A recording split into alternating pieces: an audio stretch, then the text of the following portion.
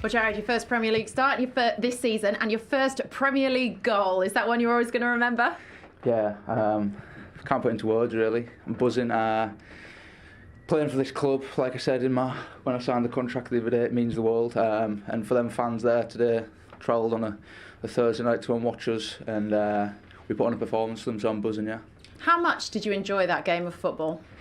Yeah, obviously my first Premier League start in a while, and I just wanted to enjoy it really, and obviously getting the result we did, coming away to a top team like they are, just over the moon, and happy for the fans as well. Well, talk us through that goal. What was going through your mind when you saw the ball coming over the top?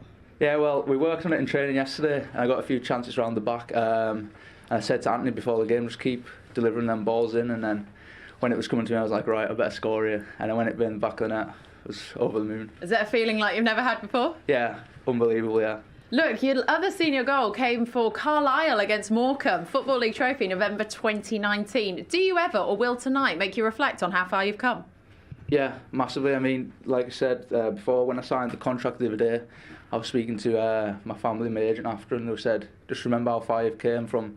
In the space of 2 years, I was playing League 2 with Carlisle. The club I've been at since I was 8, and now I'm playing in the Premier League today. I'm just buzzing, yeah. Yeah, unbelievable week for you, signing that new contract, as you've said. Happy to commit your future to Everton? Yeah, buzzing. I mean, like I said, it's, as you can see what it means to them fans, it means to us as well to get that result today.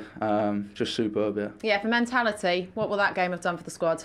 Yeah, it's massive. I mean, we showed a winning, well, not winning, but, a grit performance mentality. Every player on the pitch gave 110%, and that's what we need every game, really, to get us where we want to be. Well, massive congratulations. Enjoy this one. Thank you. Cheers. Thank you. Well, what a few days he's had. Put pen to paper, contract extension, 3.5-year deal. Gets his chance in the Premier League. Scores the equaliser at Stamford Bridge. That's all right, Jolie? Oh, it's a great start for him in his career, Everton. In his first game, first start. But you could see what it meant to him in his interview. And we spoke about, obviously, the lack of options Rafa had. But I'm sure he was so determined to play this game, regardless of the circumstances, and then to score. It's a dream start. Yeah. You've just got to take your chance. You have, yeah, and he done that. And as well, I think today, which was important, was Keane next to him. I thought Keane was absolutely outstanding, having a stalwart like that, guiding you through, on your debut, barking orders, and he probably put him at ease, from the very first whistle, 5 minutes into the game, and then to come up with a goal as well. I mean, the emotions there, that is what football's all about there. Brilliant. They were just waiting for a set piece, weren't they, Glenn? Yeah, it was a fabulous ball in from Gordon as well, but his desire, he had more desire than anyone in that 18-yard box to get on the end of it. Saul just goes back a little bit early, plays everyone on, but look at his outstretched, his desire to get there, his long legs just gets the touch, guides it in the bottom corner. What a feeling for the kid. Mm-hmm. Wonderful, and they needed that, didn't they? They responded well after going 1 down. He'll never forget that. Defensively, from Chelsea's point of view? Yeah, disappointing. So, like Glenn said, then he's come on and he's a little bit too eager to get back and to make the header, but he's run across Rudiger, I think it is, and he's left his man, and when you do that in the Premier League, they tend to go in the back of your net. But those celebrations, young man will never forget it. Neither will the fans who've made the journey tonight. Yep, that's it. We've seen games called off, haven't we, so far this week, and fans on their travels up and down the country, but that's it. That's what football's all about. The away end, when you score away from home and you come home as well, which will feel like a victory for Everton. Superb. I mean, the bottom line is it is 1 win in their last 11 matches, but that just feels so different tonight, Glenn. Oh, that's an important point from they couldn't expect to go out there and win the game with the team they had to put out. I thought Rafa got it absolutely spot on. Certainly second half, that's how he would have liked to have played right across the 90 minutes. But you're going to Chelsea, they create. The one thing Chelsea do, they create a lot of chances. Tonight they didn't have their finishing boots on first half, and they could have been out of it, Everton. But they showed a lot of resilience tonight, and they worked exceedingly hard. Ironically, how they conceded the goal is they came out of their shape probably only 3 times in the whole of the game, and consequently that's why Rafa Benitez has actually played like he has today. Because if he'd have made it an open game, and this is the example, look, this is the first time they've got people, there's 4 players level with the ball or ahead of the ball, they lose the ball, and now it's the first time tonight they've had to go into a back 4.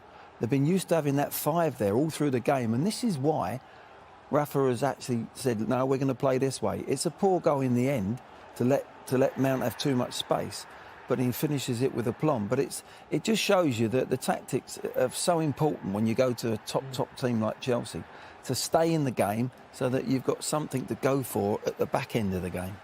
What about the defensive side of that one, if you like? Godfrey's he just caught Yeah, no man's land for a moment? Yeah, slightly out of position, but I think before that, Decore's decision not to pass to Andy Gordon, who was outstanding tonight, and then Godfrey's done the right thing initially by tucking in as Brantwaite goes forward, but then he doesn't recognise that Mount is outside him and he's not able to get back.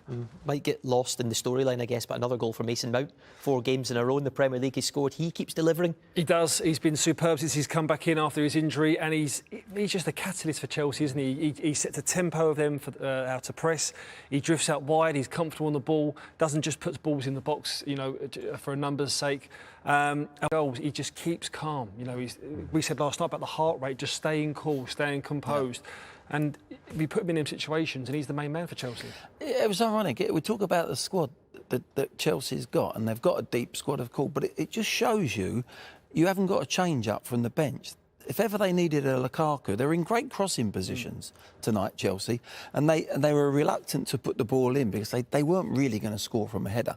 But if Lukaku's from the bench coming last 20 minutes, they can put that ball in there with a bit of confidence, maybe get a second ball and get another goal. They didn't have that dimension. Even a squad as deep as Chelsea, you need those key players, and that's why Everton, wonderful result for them, wonderful point. Lukaku, of course, missing. He's got COVID. We heard that ahead of the game. Course, Werner as well. Havertz is ill. We're going to find out how that one plays out. Hudson-Odoi missing as well because of COVID. They had their problems too, but they had more than enough chances to win this game, Jolie. Oh, definitely had a chance to score goals in this game, but the names you just mentioned are in the same position. Yeah. Like, they've still got their full strength defence back there because they haven't had the impact of COVID in the back 4 or the back 5, but when they're all in the same position, you're going to miss them players because they're all world class. Yeah, they definitely missed them, but the opportunities they created, and I guess we have to also say the ones that Pickford saved, he was immense. Well, the better of the chances was at the beginning of the game, was it, when they were stretched, and then that resulted to shots outside the box, but Pickford was absolutely first class today, and you can probably imagine the team talk or what the goalkeeper union that they say probably got around him and said, listen, you're going to be busy tonight. Yeah. You need to stay strong. Bar callers, whoever's in front of you, you could be our match saviour tonight. And he stepped up to the plate. And he's been criticised before, switching off, not concentrating. But this save here with his feet, everything that he done tonight, I don't think he put a foot wrong, even with his feet, his distribution, Julian. Yeah, I agree. I think what he's done and what is noticeable for me is that he's not as emotional he is after he makes a great save or an error has occurred. I know he can get frustrated, and you will see that in some of these clips, but I think he's a lot more composed now, and I think when you see that and you turn around and your keeper is more composed, you're able to rely on him a lot more. It's interesting, isn't it? Because Aaron Ramsdale's playing out of skin at the moment, and some people are saying he's England's #1. Maybe in the short term, not just the long term, and then Pickford responds with that. It's a good point, actually, you make, Darryl, because I think he's looking at that as well, and he wants to stay in that England shirt. But he was excellent tonight, and I know what Jolin's saying. I used to watch him before the game at times in the tunnel, and I used to think, oh, you're too emotional for a goalie. You've got to stay calm. You've got to be the calmest man on the pitch. But he's what goalkeeper do you know that's calm? With experience, true. With experience, he's learning that he's got to stay. His temperament. He's grown into a leader. Definitely, looks like he's grown into that leadership.